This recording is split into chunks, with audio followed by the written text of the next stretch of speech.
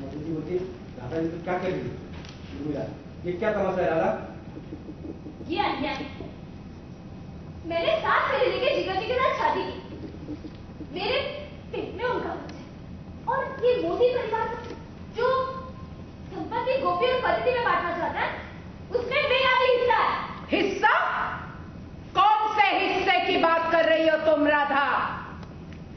मुसीबतों में डालने के बाद परिधि की हत्या की साजिश रचने के उपरांत तुम अब भी हिस्से की बात कर रही हो? शर्म आनी चाहिए तुम्हें। तुम्हें किए करतूत को जानते हुए तुम्हें यहां से नजरें नीची करके सर झुकाकर हमारे परिवार से निकल जाना चाहिए। हमारा तुमसे कोई रिश्ता नाता नहीं है, निकल जाओ। काफी सासू आपके कहने ना कहने से ना कुछ नहीं होती। वैसे मैं बहुत अच्छे से जानती हूँ कि इस घर में आने के बाद मेरे साथ ऐसा ही कुछ होने की बहू होने का। बस बहुत बोल लिया।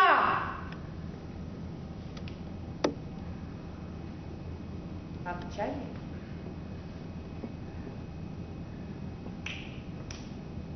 अभी दिलाती हूँ। हाँ, कृपया आप लोग आ जाइए। आया चल के बहुत परेशान किया राधा तुमने। ये रहा तुम्हारा अरेस्ट वारंट, परिधि मेहता के अपहरण और हत्या की साजिश के मामले में। और काफी सासू, आपने तो मुझे कहा था कि मुझे गिरफ्तार करने में आप लोगों की कोई दिलचस्पी नहीं। मेरा मतलब है आप लोगों का मुझसे कोई लेना देना नहीं है। फिर ये सब तुम समझते क्या हो अपने को? बहुत शातिर और चालाक? क्या मैं नहीं जानती कि आज सुबह से तुम मेरे घर में चोरी छिपे ताक झांक कर रही थी, जासूसी कर रही थी?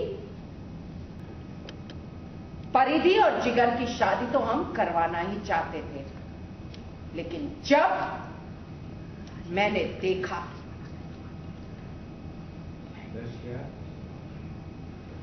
और मैंने तुम्हें खिड़की के पास देख लिया, मैंने गोपी को भी सतर्क कर दिया।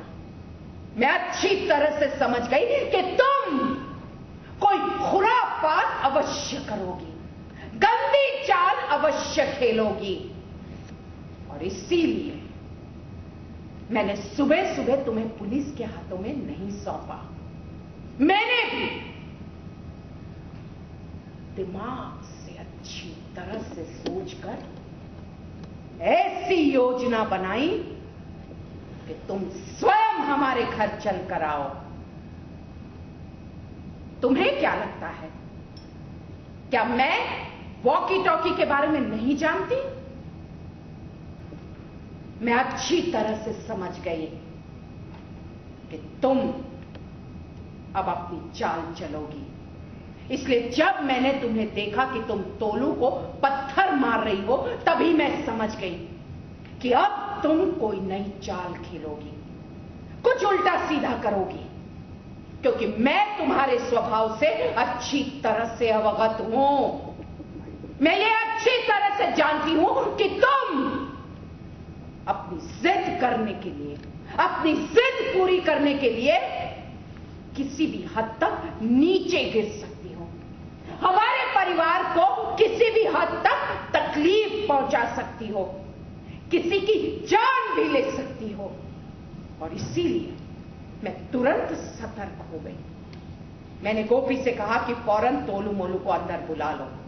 वो गई और उसने तोलू मोलू को अंदर बुला लिया, और उसके बाद मैंने खिड़की से देखा कि अब तुम क्या करोगी, और मेरा अंदाजा बिल्कुल सही था। तुमने तोलू मोलू का वॉकी टॉकी चुरा लिया था और उसे कपड़ों के अंदर छिपा दिया, ताकि तुम घर के अंदर की सारी बातें अच्छी तरह से सुन सको।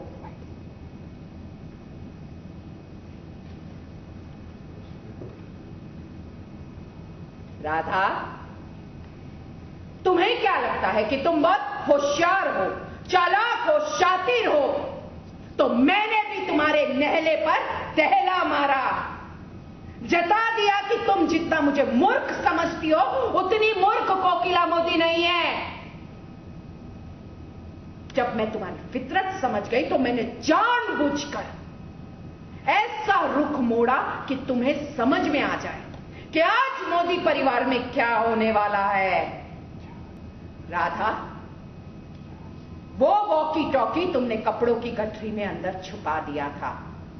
यह मैंने अपनी आंखों से देखा, इसीलिए जब मीठी वो कपड़ों की गठरी लेकर जा रही थी तो मैंने उसे जानबूझकर रोका और उससे कहा कि वो कपड़े की गठरी हॉल में रखे।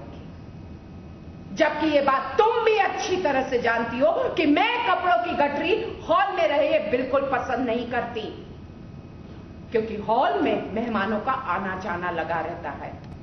अने बीजी बात, मेरी गोपी घर के रख रखाव के लिए बहुत चिंतित रहती है, घर को व्यवस्थित रखती है। वो कभी भी कपड़ों की गठरी हॉल में नहीं रखने देगी जिससे कि घर अव्यवस्थित रखे। ये तो मैंने रखवाया था ताकि तुम वॉकी टॉकी से सुन सको कि हम क्या करने जा रहे हैं। अब समझ में आई तुम्हें बात?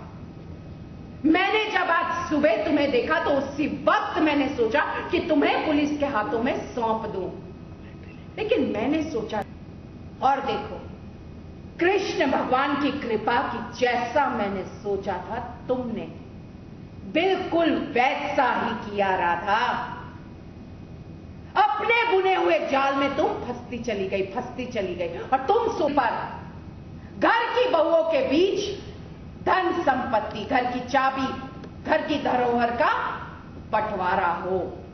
लेकिन मैंने जानबूझकर ये योजना बनाई ताकि तुम तड़प जाओ धन संपत्ति की दावेदारी सुनकर, जेवर की बात सुनकर, घर की चाबियों की बात सुनकर तुम आग बबूला हो जाओ, क्योंकि तुम्हारी नीयत तो यही है कि सारी धन संपत्ति हड़प करनी है और तुम्हारे मन की बात को सबके सामने लाने के लिए मैंने ये योजना बनाई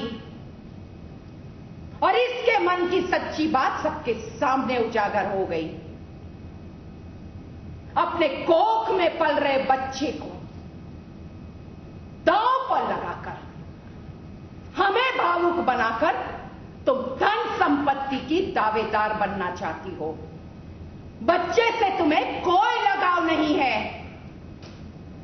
और आप सभी सुन लीजिए, अपने इस मन गढ़े अधिकार को प्राप्त करने के लिए आप सभी महिला समिति की सम्मानीय सदस्यों का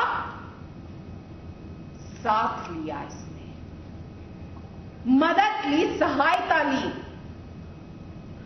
लेकिन आखिर सच्चाई तो सामने आ ही गई। राधा, अब भुगतो अपने किए की सजा। इंस्पेक्टर, गिरफ्तार कर लो राधा को और निकल जाओ यहां से।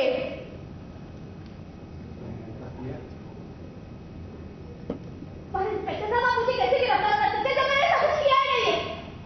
नहीं इंस्पेक्टर साहब, इसे छोड़िएगा मत।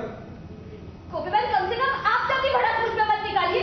आप जानती हैं मैं बेकसूर हूं, मैंने कुछ नहीं किया है। झूठ बोल रही हो तुम। इतना सब कुछ करने के बावजूद भी तुम खुद को बेगुनाह कहती हो। शर्म आनी चाहिए तुम्हें। इंस्पेक्टर, इसने गुनाह किया है, गिरफ्तार कीजिए इसे। देखा आप सबने? विवान ने भी कुछ कोशिश करा। इतना ही नहीं इंस्पेक्टर, इतना ही नहीं इंस्पेक्टर, मिस्टर विवान ने स्वयं अपने मुंह से यह बात कबूली है कि राधा ने परिधि की हत्या की साजिश रची। यही है जो परिधि को जान से मारना चाहती थी। अब कौन सा सबूत चाहिए तुम्हें? देखा आप सबने, मुझे मारने का और कोई प्लान नहीं मिला, यहां से निकलने का और कोई रास्ता नहीं मिला, तो ये लोग इतना गंदा हत्या का टकना। पर इनसे सड़ रहा था। पहले तो तुमने मुझे दवाई देके बेहोश किया, उसके बाद उस फेरी व्हील पे लेके गई और स्क्रू लूज करके मुझे हवा में लटका दिया। अच्छा हुआ कि मेरी फैमिली वहां पे पहुंच गई, नहीं तो आज मैं जिंदा नहीं रहती यहाँ। सुन लिया आप लोगों ने? यह है राधा की सच्चाई और आप सभी इनका साथ देने आई। परी तुम ये कहना चाहती हो कि ये सब मैंने किया? क्या आप लोगों को ये लगता है कि इस हालत में मैं ऐसा कुछ कर सकती हूँ? सच तो ये है कि मैंने ऐसा कुछ नहीं कहा। और तुम ये कहना चाहती हो कि वो चूल्हे में मैं तुम्हें ले गई थी? तो नहीं, वहां तक तुमने तुम्हारे हैंड्समैन, तुम्हारे किराए के गुंडे ने मुझे वहां तक पहुंचाया, झूले में बिठाया, पहले ढीले किए और फिर तुम लोग गायब हो गए। अच्छा, किराए के गुंडे? तुम्हें क्या लगा मेरे पास ये पैसे कहां से आएंगे इस पूरा किराए के गुंडे रखने के लिए? ये सब झूठ बोल रहे हैं इंस्पेक्टर साहब, मैंने सब कुछ नहीं किया है। परी, इसका नहीं, मेरा यकीन कीजिए, इसने मुझे कितनी तकलीफ दी ये आप लोग सोच भी नहीं सकते। अच्छा बस ये बात तो पूरा मोदी परिवार जानते कि तुम कितनी मनगढ़ंत कहानियां बना लेते। गोपी, अपना मुंह बंद रखा था। हमारे पूरे परिवार ने अपने आंखों से देखा है कैसे तुमने परिधि को मारने की कोशिश की। वो तो मेरे कान्हा जी की कृपा से उन्हें परिधि को जिंदा जीवन दान दे दिया। गोपीबहन, कम से कम कान्हा जी का नाम लेकर झूठ तो मत बोलिए। कम से कम मेरे होने वाले बच्चे का तरस तो खाइए जिसे कान्हा जी ने खुद मेरे पास भेजा है। इंस्पेक्टर, देखिए आप लोग किस सबूत के आधार पर राधा को परिधि की हत्या का इल्जाम लगा रहे हैं? ये कैसी अजीब बातें कर रहे हैं आप इंस्पेक्टर? आप जिस सबूत की बात कर रहे हैं वो सबूत तो आपकी आंखों के सामने है और वो है परिधि। मुझे मारना चाहती हूँ? मारिए मुझे। मैं भी यही चाहती हूँ जिगर जी कि आप मुझे मारिए। मैं आपसे कहती हूँ जिगर, आप कुछ नहीं कर सकते। ये तो समय ही बताएगा कि कौन क्या कर सकता है और कौन क्या नहीं कर सकता। कल किसने देखा है? छोड़ूंगी नहीं तुझे। कोकिला मोदी की ये बात गांठ बांध लेना। मीठी बहन के हाथों मेरे कमरे में चाय भिजवा। हाँ, ये निकलने से रोलिंग, मैं रोलिंग रोलिंग एक्शन। मीठी बहन के हाथों मेरे कमरे में चाय भिजवा।